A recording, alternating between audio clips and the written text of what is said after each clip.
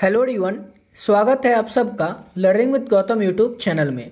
तो आज के इस वीडियो में हम करने वाले हैं क्लास 12th होम साइंस के यानी कि गृह विज्ञान के most important objective question answer को, जो कि आपके आने वाले एग्जाम के लिए काफ़ी ज़्यादा इंपॉर्टेंट प्रश्न रहने वाला है। तो आप लोग वीडियो को अच्छे से ध्यानपूर्वक और लास्ट तक जरूर देखिएगा। तो चलिए शुरू कर लेते हैं फर्स्ट क्वेश्चन से।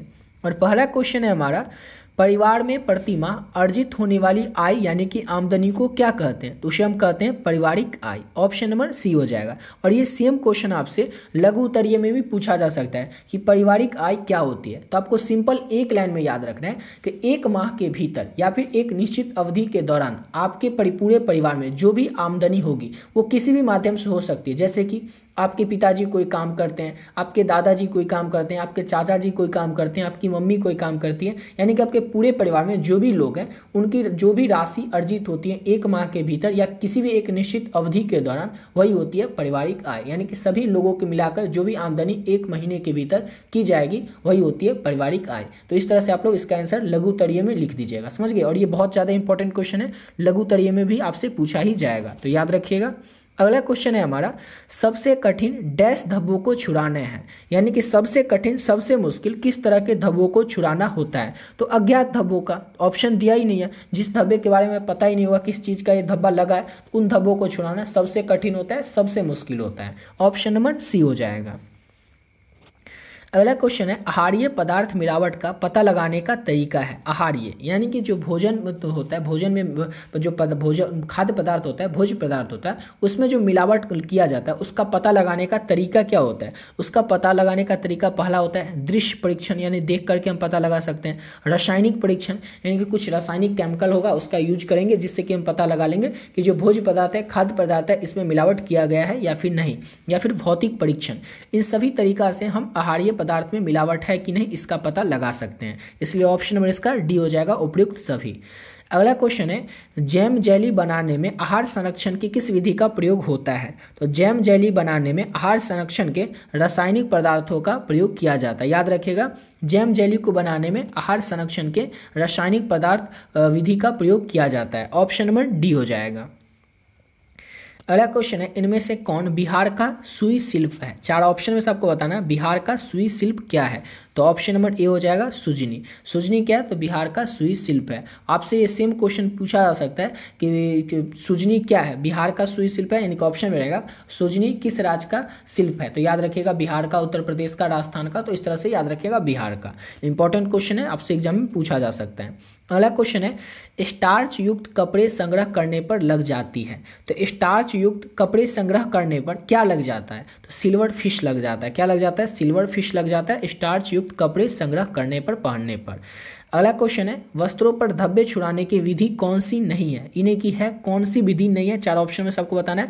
तो देखिए, वस्त्रों पर धब्बा छुड़ाने का पहला विधि होता है रासायनिक विधि, चूषक विधि और घोलक विधि। तो ये तीन विधि तो वस्त्रों पर यानी कि कपड़ों पर धब्बे छुड़ाने की है, लेकिन भौतिक विधि के द्वारा तो कपड़ों पर से धब्बा नहीं छुड़ाया जाता है, इसलिए ऑप्शन नंबर डी हो जाएगा। अगला क्वेश्चन है, इनमें से कौन सूती वस्त्र की विशेषता है? सूती वस्त्र जो होता है इसकी विशेषता क्या होती है कि टिकाऊपन होता है, आरामदायक भी होता है पहनने में। देखते हैं गर्मी में लोग कहते हैं कि सूती वस्त्र बहुत अच्छा होता है, गर्मी में सूती वस्त्र ही पहनना चाहिए, यानी कि वो आरामदायक होता है। शीतलता प्रदान करता है, तभी तो लोग गर्मी में अधिकतर खोजते हैं कि वो हमें सूती वस्त्र ही पहनना है, इसलिए ऑप्शन डी हो जाएगा इनमें से सभी।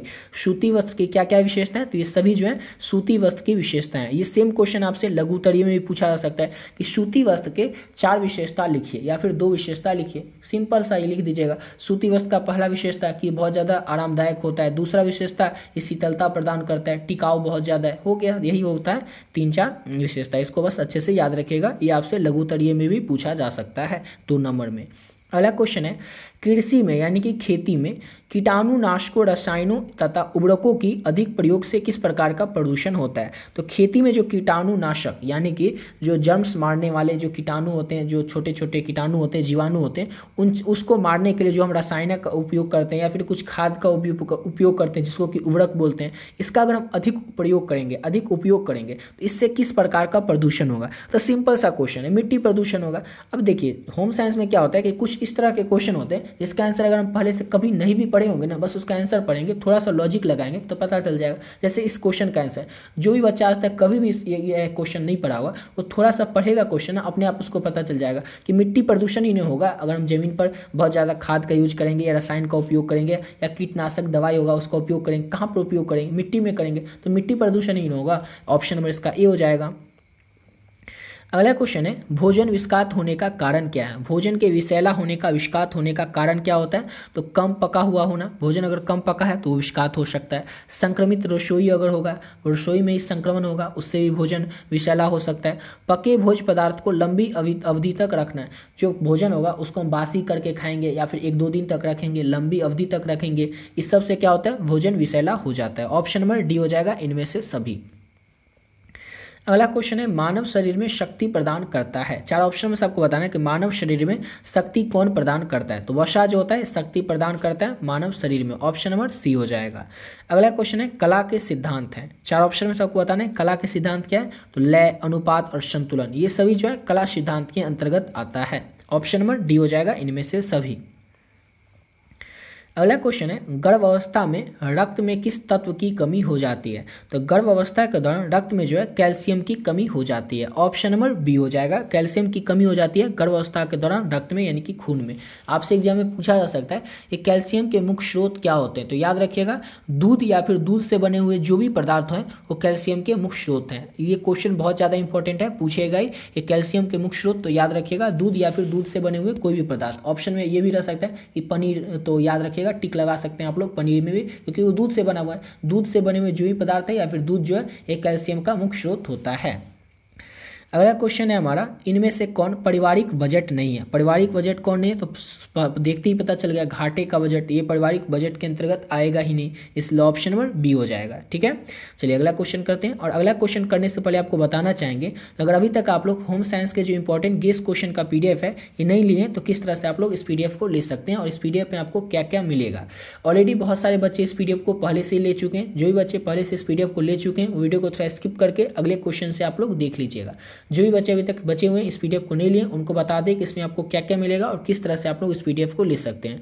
तो इसमें मिलेगा आपको होम साइंस के इंपॉर्टेंट 700 से भी अधिक प्रश्न, और ये जो प्रश्न रहेंगे हर एक चैप्टर से रहेंगे, यानी कि होम साइंस में आपके जो भी चैप्टर है हर एक चैप्टर का जो भी इंपॉर्टेंट ऑब्जेक्टिव क्वेश्चन है और सब्जेक्टिव क्वेश्चन है हर एक चैप्टर का। ऐसा नहीं कि एक चैप्टर का, जैसे पहला चैप्टर हो गया उसका जो भी ऑब्जेक्टिव इंपॉर्टेंट है, सब्जेक्टिव इंपॉर्टेंट है, सब्जेक्टिव में भी जो भी इंपॉर्टेंट लघु उत्तरीय या दीर्घ उत्तरीय प्रश्न इंपॉर्टेंट है, सारा का सारा चैप्टर 1 से लेकर के लास्ट के चैप्टर तक जो भी इंपॉर्टेंट ऑब्जेक्टिव और सब्जेक्टिव क्वेश्चन है सारा का सारा इस PDF में ऐड कर दिया गया।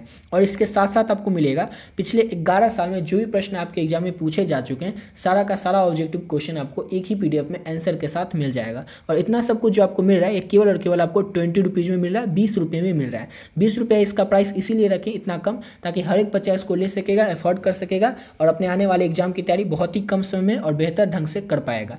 अब लेना कैसे है? तो ये नंबर है 7903820891। इस नंबर पे आपको क्या करना है केवल और केवल 20 रुपये पे कर देना। समझ गए? पे आप लोग गूगल पे, फोन पे, पेटीएम किसी भी माध्यम से पे कर सकते हैं। जैसे आप लोग ये नंबर डालिएगा तो नाम आ जाएगा गौतम कुमार, उसमें आपको क्या करना है केवल और केवल 20 रुपये पे कर देना है। पे करके आपको क्या करना है स्क्रीनशॉट लेना है और इसी नंबर से व्हाट्सएप है। समझ गए कि इसी नंबर पर आपको पे भी करना है और इसी नंबर से व्हाट्सएप भी है। इस व्हाट्सएप पर आपको स्क्रीनशॉट भेज देना है जो आप 20 रुपीज़ पे करेंगे और बस एक छोटा सा मैसेज कर देना होम साइंस, जिससे कि ये पता चल जाए आपको होम साइंस का PDF चाहिए। जैसे आप पे करके स्क्रीनशॉट भेजेंगे, सब्जेक्ट का नाम बताएंगे होम साइंस, आपको जो PDF है तुरंत मिल जाएगा। और इसमें जितना क्वेश्चन है ऑब्जेक्टिव और सब्जेक्टिव अगर इसको अच्छे से कर लेते हैं तो आपसे एग्जाम में एक भी प्रश्न छूटने वाला नहीं है, क्योंकि एग्जाम में प्रश्न कहीं से भी आएगा तो बुक से ही, बुक के किसी चैप्टर से, और हर एक चैप्टर का जो भी ऑब्जेक्टिव इंपॉर्टेंट है और सब्जेक्टिव इंपॉर्टेंट है सारा का सारा इस PDF में ऐड कर दिया गया है। तो क्वेश्चन कहीं से भी आएगा तो इसी PDF से आएगा। समझ गए? इस PDF को अगर आप लोग अच्छे से कर लेते हैं तो आपसे एग्जाम में एक भी प्रश्न छूटने वाला नहीं है। तो जो भी बच्चे अभी तक इस PDF को नहीं लिए केवल और केवल आप लोग 20 रुपये पे करके इस PDF को ले सकते हैं। समझ गए? चलिए बात है अपने अगले क्वेश्चन पे। अगला क्वेश्चन है हमारा ग्रामीण क्षेत्र में जल प्रदूषण का कारण क्या है? 4 ऑप्शन में सबको बताना है ग्रामीण क्षेत्र में, गांव के क्षेत्र में जल प्रदूषण का क्या कारण होता है। तो वनों की कटाई, ग्रामीण क्षेत्र में तो ज़्यादा वन की कटाई की ही नहीं जाती इसलिए पहला कारण तो कट।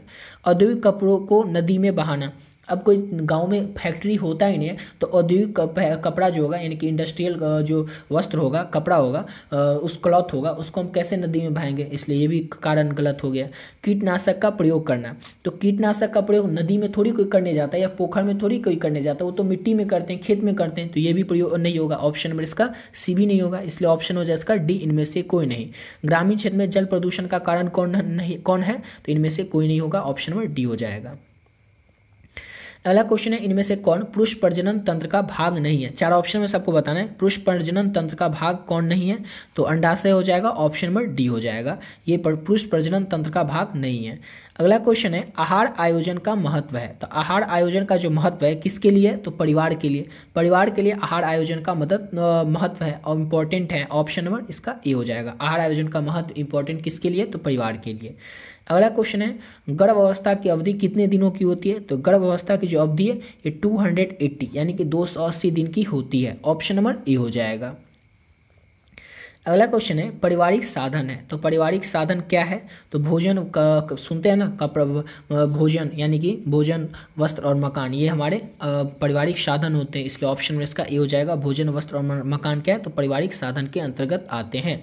अगला क्वेश्चन है, इनमें से किस पर रेडियोधर्मी प्रदूषण का प्रभाव पड़ता है। चार ऑप्शन में सबको बताना है किस पर रेडियोधर्मी प्रदूषण का प्रभाव पड़ता है। मनुष्य पर भी पड़ता है, जीव जंतु पर भी पड़ता है और वनस्पति पर भी पड़ता है, इसलिए ऑप्शन में इसका डी हो जाएगा। इनमें से सभी पर क्या होता है, तो रेडियोधर्मी प्रदूषण का प्रभाव पड़ता है, ऑप्शन नंबर डी हो जाएगा। अगला क्वेश्चन है, प्रत्येक वर्ष किस दिन विश्व बचत दिवस मनाया जाता है, तो प्रत्येक वर्ष जो है किस दिन विश्व बचत दिवस मनाया जाता है, तो प्रत्येक वर्ष 30 अक्टूबर को विश्व बचत दिवस के रूप में मनाया जाता है, 30 अक्टूबर को, ऑप्शन नंबर ए हो जाएगा। अगला क्वेश्चन है, FPO मार्क वाला खाद्य पदार्थ है। चार ऑप्शन में सबको बताना है, FPO वाला खाद्य पदार्थ यानी कि खाने का जो पदार्थ है वो कौन है, तो बेसन है। बेसन जो है FPO वाला खाद्य पदार्थ के अंतर्गत आता है, ऑप्शन नंबर सी हो जाएगा।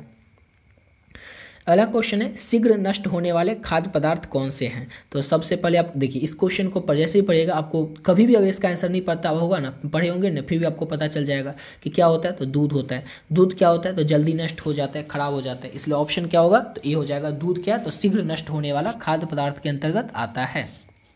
अगला क्वेश्चन है, इनमें से कौन हार्मोन कम स्राव के पुरुष में पुरुषत्व की कमी हो जाती है। इनमें से किस हार्मोन की कमी से, यहाँ पर कम नहीं होगा, कमी से पुरुष में पुरुषत्व की कमी आ जाती है, तो एंड्रोजन की कमी से, एंड्रोजन की कमी से पुरुष में पुरुषत्व की कमी हो जाती है, ऑप्शन नंबर सी हो जाएगा, एंड्रोजन।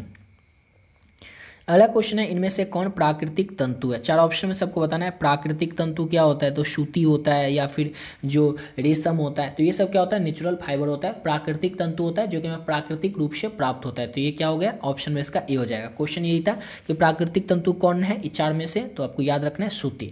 और आपसे एग्जाम में लघुत्तरीय में पूछा जा सकता है कि प्राकृतिक तंतु क्या होता है, तो याद रखिएगा प्राकृतिक तंतु वे होते हैं जो कि हमें प्राकृतिक रूप से प्राप्त होते हैं। एग्जाम्पल बता दीजिएगा, जैसे कि रेशम हो गया, ऊन हो गया, सूती हो गया, कपास हो गया, ये सब क्या है, ये सब प्राकृतिक तंतु है, बस इतना ही हो गया।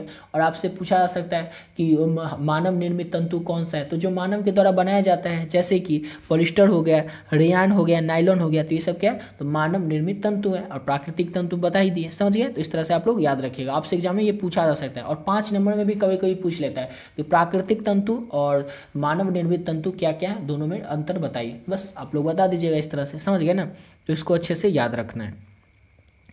अगला क्वेश्चन है, इनमें से कौन आहार संरक्षण की विधि है। चार ऑप्शन में सबको बताना है, आहार संरक्षण की विधि कौन सी है, तो निर्जलीकरण, हिमीकरण और विविकरण, ये सभी क्या है, तो आहार संरक्षण की एक विधि है, ऑप्शन नंबर इसका डी हो जाएगा, इनमें से सभी।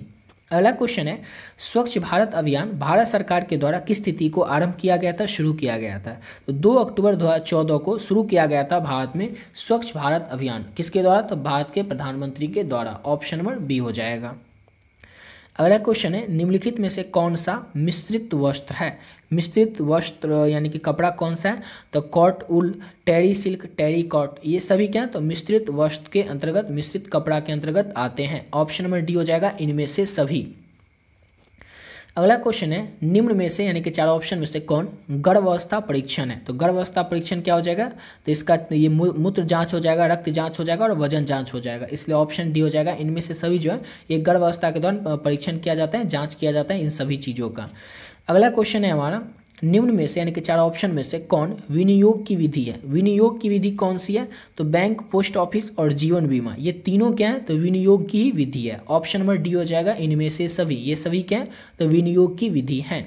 अगला क्वेश्चन है, आहारीय मिलावट अधिनियम कब लागू हुआ? आहारीय मिलावट अधिनियम जो था इसको लागू कब किया गया था? तो 4 जून वर्ष 1955 को आहारीय मिलावट अधिनियम जो था इसको लागू किया गया था। कब किया गया था? तो 4 जून 1955 को, सॉरी 4 जून नहीं 55 है ना, 1 जून था इसका, 4 जून नहीं 1 जून, 1 जून 1955 को, 1 जून वर्ष 1955 को आहारीय मिलावट अधिनियम जो था इसको लागू किया गया था। याद रखिएगा 1 जून। ऑप्शन नंबर डी हो जाएगा। अगला क्वेश्चन है, इनमें से कौन पारिवारिक बजट है? पारिवारिक बजट के अंतर्गत कौन आता है? तो बचत का बजट, घाटे का बजट और संतुलित बजट, ये सभी क्या है? तो पारिवारिक बजट के अंतर्गत आता है। इसलिए ऑप्शन नंबर डी हो जाएगा इनमें से सभी। अगला क्वेश्चन है, गांव में समुचित स्वच्छता की जिम्मेदारी किसकी होती है? तो गांव में समुचित स्वच्छता की जो जिम्मेदारी है वो गांव के लोगों की होती है, गांव के पंचायत की होती है और स्वास्थ्य कर्मी की होती है। इसलिए ऑप्शन नंबर डी हो जाएगा इनमें से सभी की गांव में समुचित स्वच्छता की जिम्मेदारी होती है। अगला क्वेश्चन है, नमक में कौन सा खनिज लवण मिलाया जाता है? नमक में कौन सा खनिज लवण को मिलाया जाता है? तो याद रखिएगा नमक में आयोडीन को मिलाया जाता है। ऑप्शन नंबर सी हो जाएगा। अगला क्वेश्चन है और लास्ट क्वेश्चन भी, नवजात शिशु 24 घंटे में कितना देर सोता है? तो इसका आंसर तो वो बच्चा भी बता सकता है जिसके घर में कोई छोटा बच्चा होगा या आस पड़ोस में, क्योंकि नवजात बच्चा जो होता है वो 20 से 22 घंटा सोता ही रहता है। नवजात यहाँ पर लिखा गया, याद रखिएगा नवजात यानी कि जो जन्म लिया ही हो, यानी कि जो 1 महीने के अंदर का बच्चा हो, वो दिन में 20 से 22 घंटा सोता ही रहता है। इसलिए ऑप्शन में डी हो जाएगा। इसी के साथ वीडियो पे कंप्लीट करते हैं। आशा करता हूँ आप लोग को वीडियो अच्छा लगा होगा। और ऊपर जो आपको पीडीएफ बताएं होम साइंस जिनका भी सब्जेक्ट होगा और अभी तक वो नोट्स को नहीं लिए, तो केवल और केवल आप लोग 20 रुपीज़ पे करके ले सकते हैं। इतना कम इसीलिए रखें ताकि हर एक बच्चा उस पीडीएफ को ले सकेगा, होम साइंस के इंपॉर्टेंट गेस्ट क्वेश्चन के पीडीएफ को। और उसमें जितने ऑब्जेक्टिव और सब्जेक्टिव हैं सबको अगर आप लोग अच्छे से कर लेते हैं, याद कर लेते हैं, तो आपसे एग्जाम में एक भी प्रश्न छूटने वाला नहीं है। समझ गए? तो मिलते हैं नेक्स्ट वीडियो में, जिसमें कि करेंगे होम साइंस के और भी ऑब्जेक्टिव क्वेश्चन, लघु उत्तरीय प्रश्न और दीर्घ उत्तरीय प्रश्न, सभी टाइप के प्रश्न होम साइंस के आप करेंगे नेक्स्ट वीडियो में। ठीक है? तो मिलते हैं नेक्स्ट वीडियो में नए वीडियो के साथ।